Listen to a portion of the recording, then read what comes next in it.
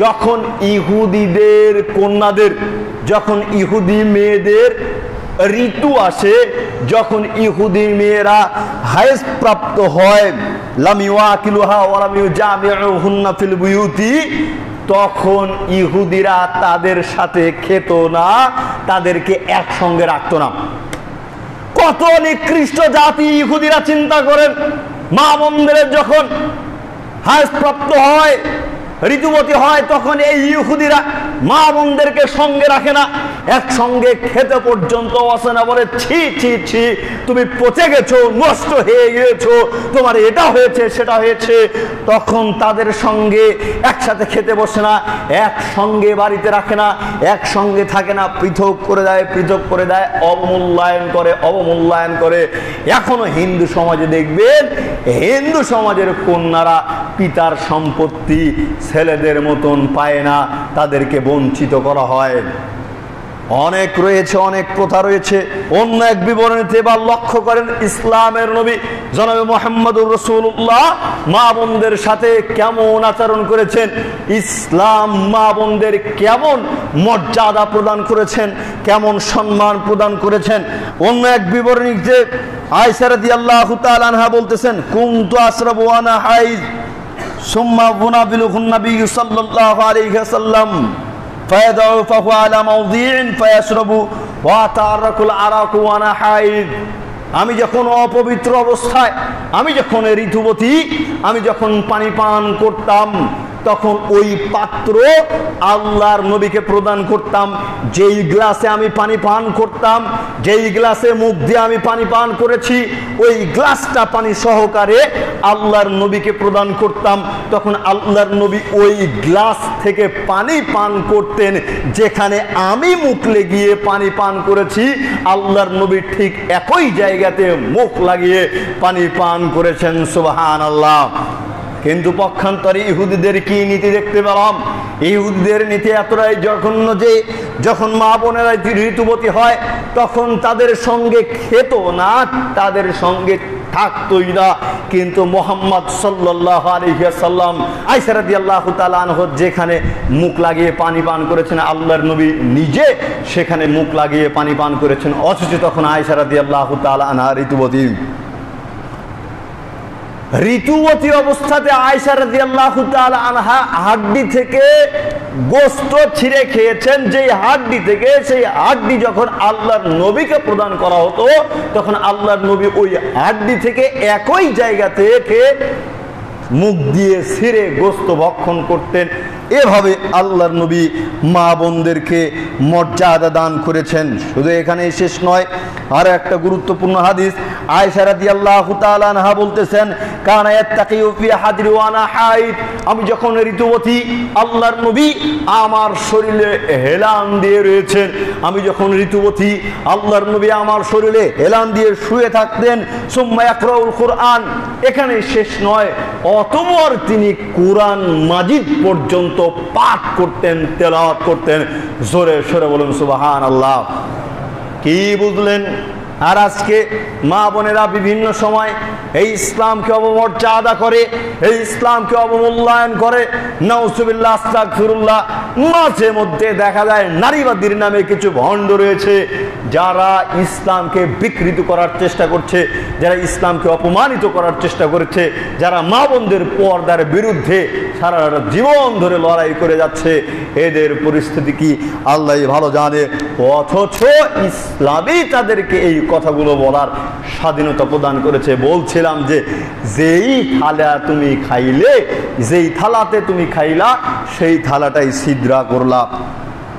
দেখেন, অন্য এক বিবরণীতে আয়েশা রাদিয়াল্লাহু তাআলা আনহা বলতেছেন, আল্লাহর নবী একদা আমাকে বললেন, হে আয়েশা রাদিয়াল্লাহু তাআলা আনহা, তুমি মসজিদ হতে আমাকে মাদুর রুটি দাও। ক্বালাত ফাকুলতু ইন্নী হাইদুন। তখন আয়েশা রাদিয়াল্লাহু তাআলা আনহা বলে উঠলেন, আল্লাহর নবী, আমি তো ঋতুবতী, আমি তো হায়েজ প্রাপ্ত। তখন আল্লাহর নবী বলতেছেন, ইন্নী হাইজাতাকি, তাতে কি কোনো অসুবিধা নেই। লাইসাত ফি ইয়াদিক, তোমার ঋতু তো তোমার হাতে লেগে নেই, তোমার ঋতু তো তোমার হাতে লেগে নেই। কি বুঝলেন? মসজিদের মতো জায়গা থেকে আল্লাহর নবী ঋতুবতী অবস্থাতে আয়েশা রাদিয়াল্লাহু তাআলা আনহাকে মাদুরি তোয়ালে গামছা দিতে বললেন। এভাবে আল্লাহ সুবহানাহু ওয়া তাআলা নারীদেরকে মূল্যায়ন করেছেন। আরো একটা দেখেন গুরুত্বপূর্ণ হাদিস, মাইমুনা রাদিয়াল্লাহু তাআলা আনহা বলতেছেন, ইউসাল্লি ফি মিরতিন বা'দুহু আলাইয়া বা'দুহু, আল্লাহর নবী একটা চাদরে সালাত আদায় করতেন। আল্লাহর নবী সালাত আদায় করতেন একটা চাদর গায়ে দিয়ে। সেই চাদরের একাংশ থাকতো আমার শরীরের উপরে, আর একাংশ থাকতো আল্লাহর নবীর শরীরের উপরে। কি বুঝলেন? ইউসাল্লি ফি মিরতিন বা'দুহু আলাইয়া বা'দু, আল্লাহর নবী সালাত পড়তেন একটি চাদরে, যার একাংশ থাকতো আমি মাইমুনার শরীরে, আর একাংশ থাকতো আল্লাহর নবীর শরীরে। অথচ তখন আমি ঋতুবতী। আল্লাহর নবী সালাত আদায় করেছেন এত গুরুত্বপূর্ণ একটা ইবাদতের সময়, সেই ইবাদতের সময়ে একটা চাদরে আল্লাহর নবী একাংশ পড়েছেন, আর আরেকটা অংশ মাইমুনা রাদিয়াল্লাহু তাআলা আনহা পড়েছেন। তখন তিনি ঋতুবতী, এই সময়তে আল্লাহ নবী সালাত আদায় করেছেন। এখন যদি মা বোনদেরকে প্রশ্ন করি, ও মা বোনেরা, আপনার চাদরের কি পরিস্থিতি বলেন তো দেখি? আপনার 2 বছরের বাচ্চার শীতের দিনে ওই চাদর দিয়ে কি শীত যাবে? পুরা শরীরটাকে ঢেকে রাখা যাবে? লজ্জাজনক পরিস্থিতি, লজ্জাজনক পরিস্থিতি। অথচ হাদিসের দ্বারা বুঝতে পারলাম যে একটা চাদর মাইমুনা রাদিয়াল্লাহু তাআলা আনহু এক কোণা পরে বসে আছেন, আর আরেক কোণা পরে আল্লাহর নবী সালাত আদায় করেছেন।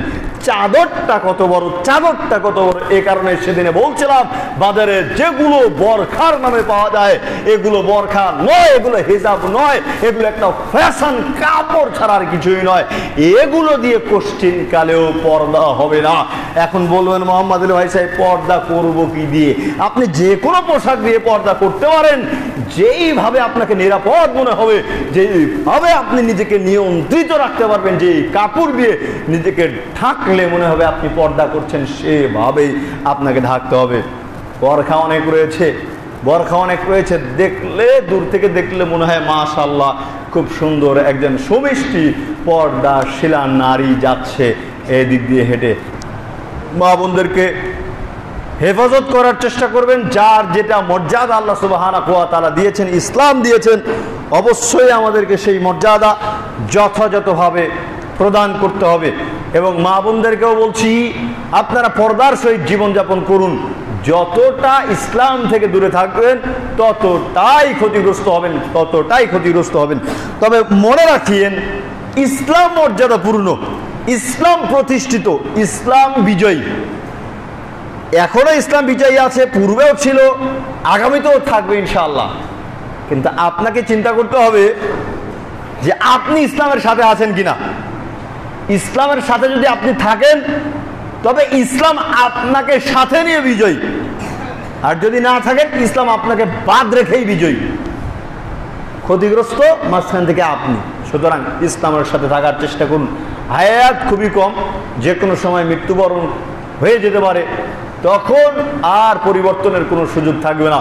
সেই পরিবেশ আসার পূর্বেই নিজের ঈমানকে, নিজের আমলকে মজবুত করার চেষ্টা করুন। আল্লাহ সুবহানাহু ওয়া তাআলা আমাদেরকে সঠিক বুঝ দান করুন। আল্লাহুম্মা আমিন।